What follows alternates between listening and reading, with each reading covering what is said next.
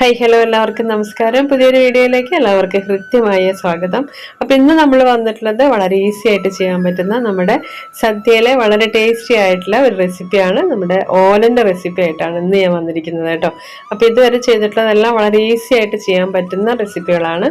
അപ്പോൾ ഇതും അങ്ങനെ തന്നെയാണ്. ഇതിൻ്റെയൊക്കെ ഫുൾ ഡീറ്റെയിൽസ് നമ്മൾ ഡിസ്ക്രിപ്ഷൻ ബോക്സിൽ കൊടുക്കുന്നുണ്ട് കേട്ടോ. അപ്പോൾ വീഡിയോ കണ്ടിട്ട് ഇഷ്ടമാവുകയാണെങ്കിൽ സപ്പോർട്ട് ചെയ്യാൻ മറക്കല്ലേ. സബ്സ്ക്രൈബ് ചെയ്യാനും ഷെയർ ചെയ്യാനും ലൈക്ക് ചെയ്യാനും മറക്കരുത് കേട്ടോ. അപ്പം നമുക്ക് ഇതെങ്ങനെയാണ് ഉണ്ടാക്കണേന്ന് നോക്കിയിട്ട് വരാം. അപ്പം ഞാനിവിടെ വൻപയർ ഓവർനൈറ്റ് സോക്ക് ചെയ്യാൻ വെച്ചതാണ് കേട്ടോ. 250 ഗ്രാം വൻപയർ ഓവർനൈറ്റ് സോക്ക് ചെയ്തു. അതിനുശേഷം ഒരൽപ്പം ഉപ്പ് മാത്രം ഇട്ടിട്ട് ഒരു 2-3 വിസിൽ വരുന്നത് വരെ ഒന്ന് വേവിച്ചെടുത്തു. അതിനുശേഷം നമ്മൾ 1.5 കിലോ കുമ്പളങ്ങ അരിഞ്ഞു വെച്ചതിലേക്ക് ചേർത്ത് കൊടുത്തിട്ടുണ്ട്. ഇനി അതിലേക്ക് എരിവിന് ആവശ്യമായിട്ടുള്ള ഒരു 3-4 പച്ചമുളകും കൂടെ കീറിയിട്ട് കൊടുത്തു. ആവശ്യത്തിന് ഉപ്പിട്ട് കൊടുത്തിട്ടുണ്ട്. 1 ടീസ്പൂൺ ഇഞ്ചി ഇതേപോലെ കട്ട് ചെയ്തിട്ട് കൊടുത്തു. ഇനി 2 ഗ്ലാസ് നമ്മുടെ രണ്ടാം പാലാണ് കേട്ടോ എടുത്തിരിക്കുന്നത്. അതായത് 1.5 തേങ്ങ എടുത്തിട്ടുണ്ട്.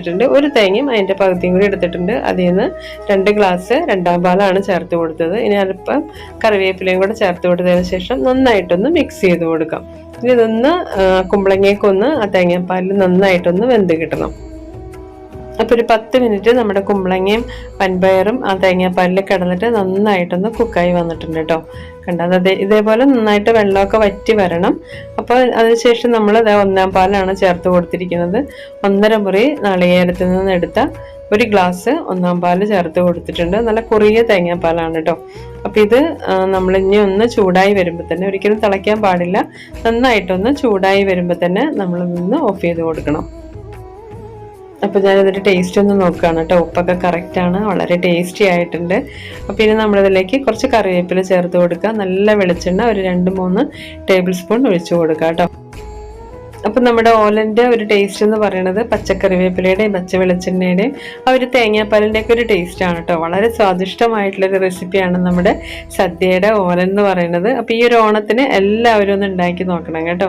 അപ്പോൾ ഇഷ്ടമായാൽ ലൈക്ക് ചെയ്യാനും ഷെയർ ചെയ്യാനും സബ്സ്ക്രൈബ് ചെയ്യാനും മറക്കരുത്. അപ്പോൾ നമ്മളുടെ ഈ ഒരു ഫുൾ ഡീറ്റെയിൽസ്, ഈ ഒരു വീഡിയോയുടെ ഫുൾ ഡീറ്റെയിൽസ് നമ്മൾ ഡിസ്ക്രിപ്ഷൻ ബോക്സിൽ കൊടുക്കുന്നുണ്ട്. എന്തെങ്കിലും ഡൗട്ട് ഉണ്ടെങ്കിൽ അവിടെ ഒന്ന് ചെക്ക് ചെയ്ത് നോക്കിയാൽ മതി കേട്ടോ. അപ്പോൾ പുതിയൊരു വീഡിയോ ആയിട്ട് കാണുന്നവരെ എല്ലാവർക്കും ബൈ ബൈ.